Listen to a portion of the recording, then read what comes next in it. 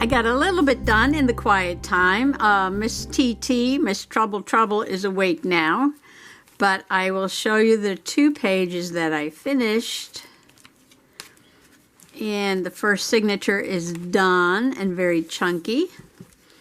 And in the second signature, I was up to this page. Now, this page had a pumpkin on it. It was the other half of, where is it?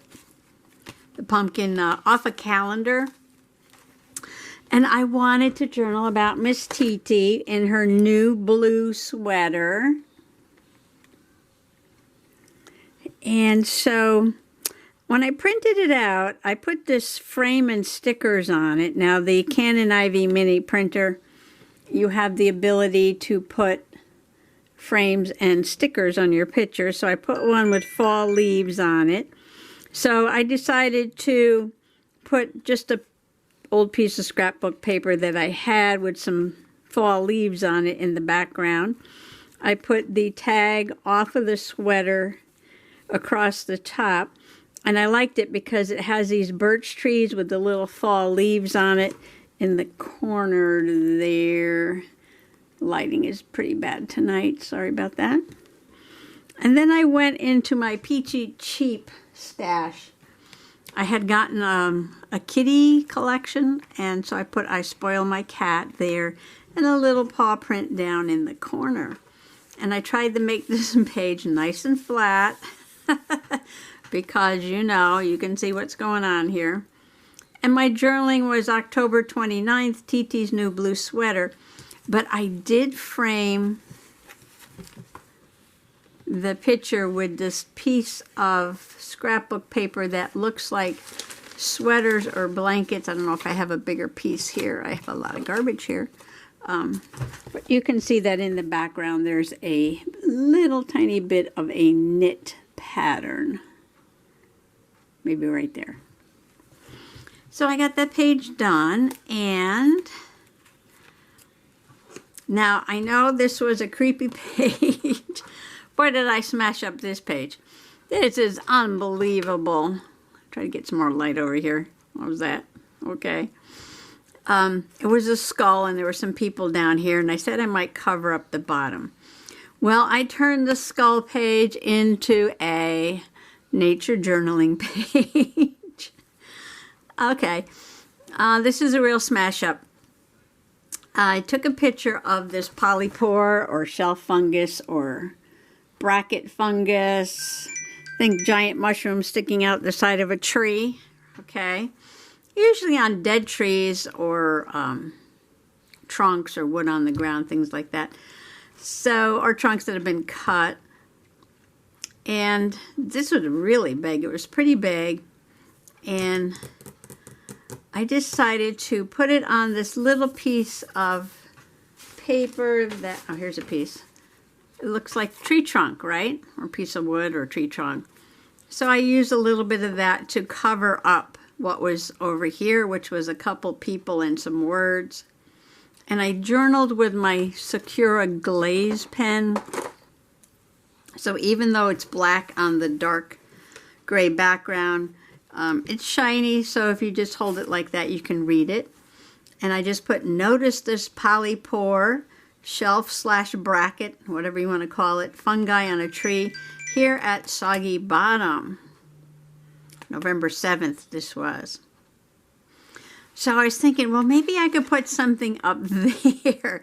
So I got out my Edith Holden papers. Okay, I'm going to add Edith Holden. And I thought, well, I could put November up there. And then there was a poem about November, which is sort of gone off right now. Here's that knit. I just found the sweater paper. Okay, so you can get a better look at what that is. And here's the poem. And I just wanted the first stanza, but it was too big. It was running off the page, and I'm like, yeah, what if I just copy it onto the page and not put November from Edith Holden? So this is a poem by Shelley, and I wanted to add it I know this is going to be a stretch, but that's okay. Oh, wild west wind, thou breath of autumn's being, thou from whose unseen presence the leaves dead are driven like ghosts from an enchanter fleeing. So I figure this can be like some kind of enchanter, and the dead leaves are being driven before the wind. And so I added a sticker that has some mushrooms and some oak, look like oak, and some oak leaves on there. Actually, looks like this mushroom is coming up through one of the leaves. I've seen that in nature before. So, and here's a picture of my polypore, my giant shelf or bracket mushroom growing on the tree, and you can see all the leaves on the floor of the woods there, and we've got leaves and another mushroom, and then I've got this first stanza of a poem by Shelley, which is kind of, I don't know, it was kind of, I don't know, what do you want to call it? You know, talking about unseen presence and leaves dead, being driven like ghosts from an enchanter fleeing. You know, just kind of very dark.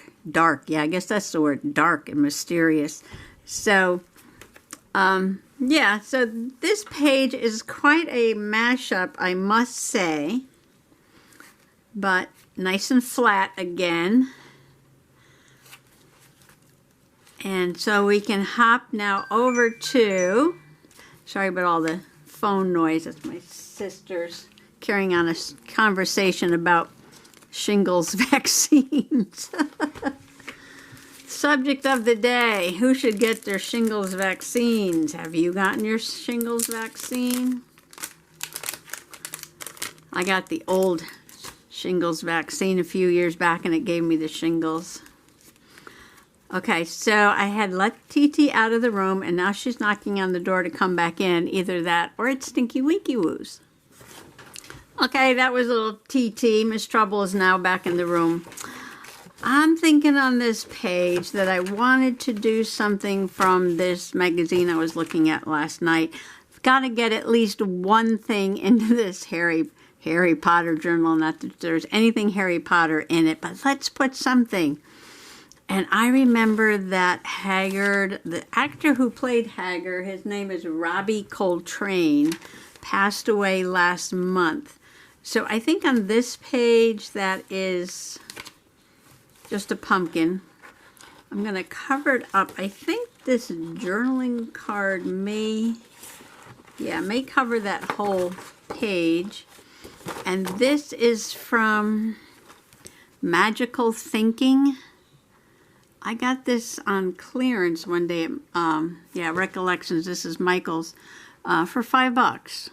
So it has 48 sheets of 12 by 12, and 48 sheets for $5 is a pretty good deal. There's a lot of solid colors in here, but they go really nicely with the patterns. There's the green. Look at the dark. That would be pretty too. A tan, and it does have some cut aparts.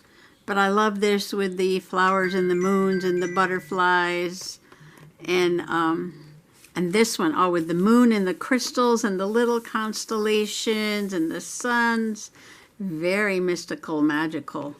And it's got gold foil on it. I love that page, and the butterflies. And then there's, like I said, a lot of solid ones, and this is really pretty too. So I don't know if I've used any of this yet. I don't think I have.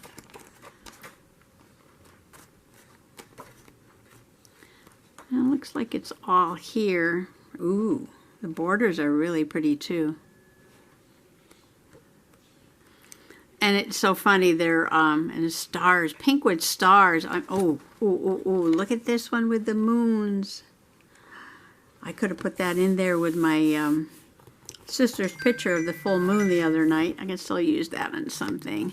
And there goes my phone. I'm sorry. Ting-a-ling, ting-a-ling. It's the sisters again. And this time they are discussing discussing the quote-unquote flying saucer that one sister just saw.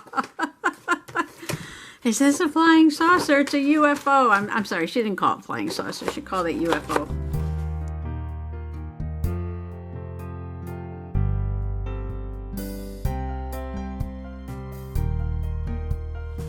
And I'm like, I think that's a sundog. I don't think it's a UFO. So now they're getting back to me, but I'll stop the camera in a minute and check out what they said. I'll put the picture here, though. Yeah, so she took a couple of pictures, and to me it looked like a sundog. I had seen a sundog the other night. I did not get a picture of it because we were riding in the car, and it was actually over on the driver's side, and of course I was on the passenger side. I could see it, but I couldn't get a picture of it. And, yeah, so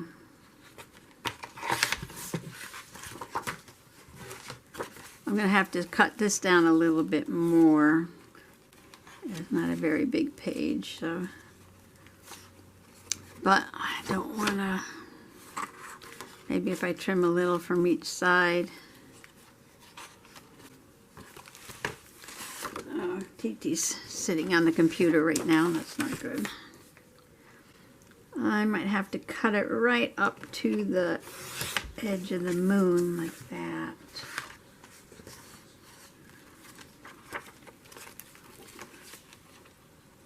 Okay, how much more? Let's see, I got about that much more.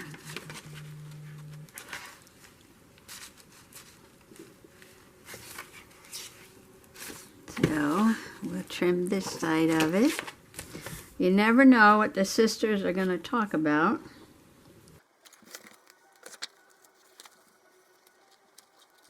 Okay, I think if I push that in that far, or maybe I took a little bit too much. Okay, I'm going to go ahead and glue this down. And what I'm going to do, trying to do an easy page here, is cut out this with Hagrid and put it there and just put the actor's information around it, hopefully, and just leave it at that. Okie dokie, very simple. R.I.P. Robbie Coltrane, 30 March 1950, 14 October 2022. Actor played Rubeus Hagrid. And there he is back there. And I'm going to leave it just like that. I was thinking about doodling something here. But, I don't know. I could just put some faux stitches around there, or I could just leave it as it is. There is a slight pattern of a moon there, which may be hard to see on the camera, but it is there. Can always come back. Okay, so 3 pages done, and do you know what that means? There are 2 left. Let's keep going. Okay, before I go on, let me go back to this 1 second. Yes, I did pick up my Sakura glaze pen and just put some faux stitches around there. Sorry for the glare this evening. I just thought the picture needed some kind of frame, and because this was a very thin magazine page, I did pick up this brochure and place this on top and then cut it with my giant circle punch. Sometimes when you use this thin paper, it kind of jams up in there. It kind of bends it instead of making a nice sharp cut.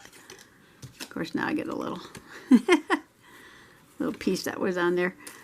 Yeah, so I think that helps sometimes. If it's a very, very thin, sometimes backing it with something. Same thing with the, I found that with the Big Shot die cutting machine, that if you're using very thin paper, sometimes if you put a layer of something underneath that helps. Okay, so I'm going to move on to the next to the last page right here. Let me see what I can find. Okay, the sisters say it's not a sundog because sundogs are to the left and right of the sun when it's low on the horizon, and this is above the sun. I still think it's some kind of reflection of the sun, but she just texted me back and said she was going with UFO. Well, for this page, which was already, decorated with some really pretty paper, I did a little nature journaling about a bobcat. Yes, a bobcat that was in my sister's backyard. Not the sister who's seeing the UFO right now, but another sister. And you can see how close it was to her deck. There's the railing.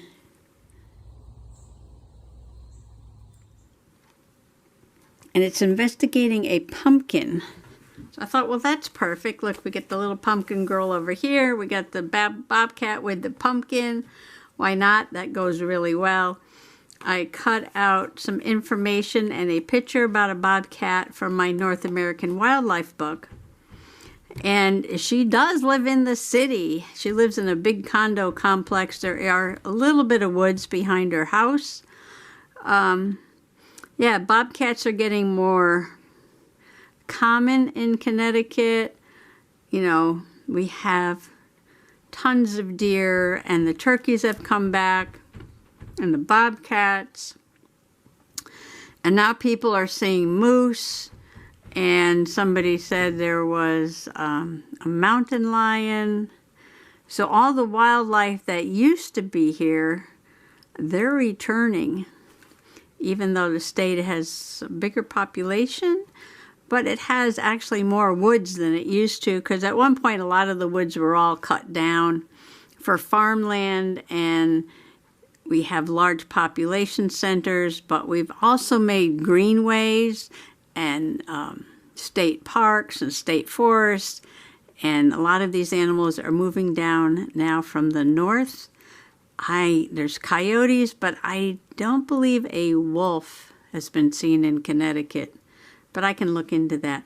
Anyway, so we have a bobcat and a pumpkin, so he just had to go into this, it's not really a Halloween journal, but an October/Halloween/everything is fun journal.